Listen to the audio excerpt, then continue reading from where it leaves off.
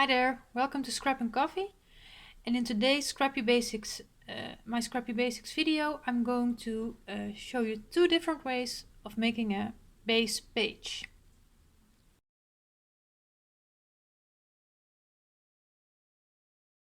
So in our previous videos from the Scrappy Basics, we've started making a mini album. And we've made a binding for it with 4 pages, and now we are going to need pages to go inside it. And our album measures 6 3/4, and we made a binding that measures 6 1/2, and we are going to make our pages in the same height as we made our binding, our hinges. So I've decided on making pages that are going to eventually measure 6 1/2 by 4 3/4. And I will show you two different ways of making a base page to go onto our hinges. Or actually, you can call it a binding page as well. So for the first option, it's the most used option. We are going to need 2 pieces. And the first piece is going to measure the size of the page that you eventually want to end up with. So in this case, 6 1/2 by 4 3/4. The other piece is going to measure the same in width, but an inch taller. So in this case 7 1/2 by 4 3/4, and we are going to score and half an inch on the top and on the bottom. Then we are going to fold on those score lines, and then we can place this piece on top of the first piece, and you can line it up exactly.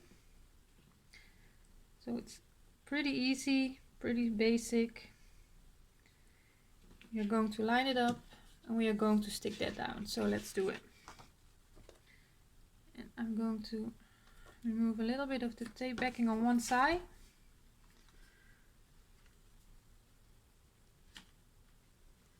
And it's always a bit slippery.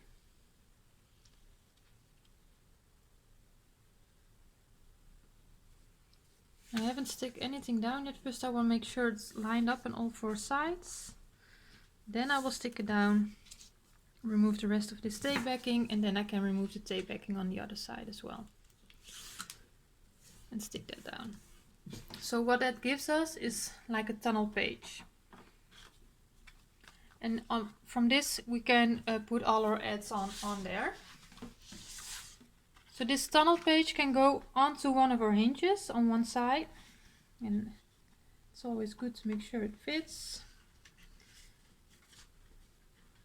And I think I need to adjust that hinge a little bit, but as you can see it will go onto the hinge on one side, and then you have an opening on the other side, and that gives you can use it as a pocket, or you can put flaps on there, you can close it if you want. There are different kind of options, so we will see what we are going to create on this page in the future.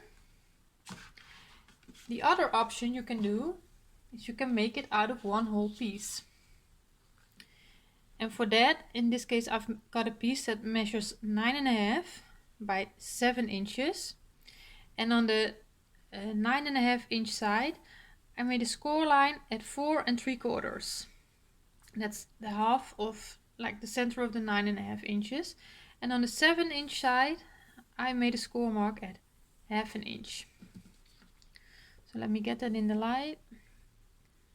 And what we are going to do is I place tape on the dented side on between the cut edge and that half inch score mark on the 7 inch side.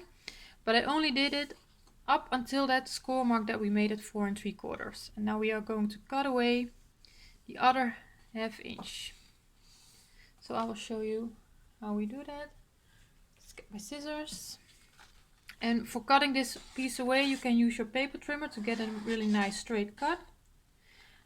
You can use your scissors, and this is a larger scissors by Tim Holtz, and it gives me a nice straight cut, so I trust myself with the scissors. And I'm going to cut up to that score line that I made at 4 3/4. And then I'm going to cut this at an angle. And then I can remove this. So this is what I've cut away now. Then for some reason, and you don't necessarily have to do it, but I like to angle the other side of that ½ inch as well, just slightly. Don't need to cut away much. This is all that I've cut away. So then that gives us this. Now the first thing I will do is I'm going to fold on the score mark that I made at 4 3/4. And I'm not going to burnish that fold directly, because if you are folding a piece in half, what we are going to do right now, I like to line up the edges and then make my fold.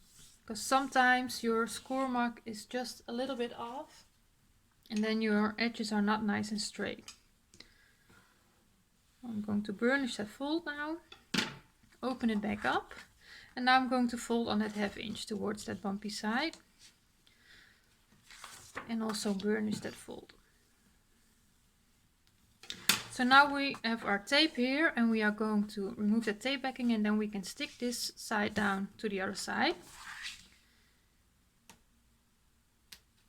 And because we folded everything at forehand, we can stick it down pretty easy. Just trust the folds that you made. Stick it down. And then we also have our base page, but now you might have noticed we have our opening here for our hinge, and it's open up here. So that gives us the opportunity to make a pocket out of this, or put stick flaps in there, something to create. But it also makes it a little bit more difficult to get your page on your hinge straight. So when we want to stick this down, we really have to be careful, because normally you will have a stopper on top, because it's closed there as well, but now it's open, so we really have to take the time to stick that page on there and have it straight. Now in my Christmas album, I've made a base page out of one piece, but I had 3 sides closed, so there was no pocket on there. So that's also an option. So if you want to know how to do that, and I will put a link on the top to that video where I show you how to do that. So these are the 2 options for a binding page. And how do you decide on what you are going to use? That's really up to several things. The first thing, of course, is the size of your album, because if you have large pages, you won't be able to make it out of one whole piece. So then you need to make it out of 2 pieces. And the other thing that you need to take in consideration is, what do you want with your page? Do you want to have a pocket on top? Then this is an option. Do you want to have a pocket on the other side? Then this is an option. So you also have to think about, what do I want with my page, in order to decide on how you are going to make your base pages. So a short video, but that's it for the Scrappy Basics for now. And in the next video, I guess we are going to make some pockets and flaps for on the pages. So hope to see you in that video. Enjoy the rest of your day, and thank you for watching.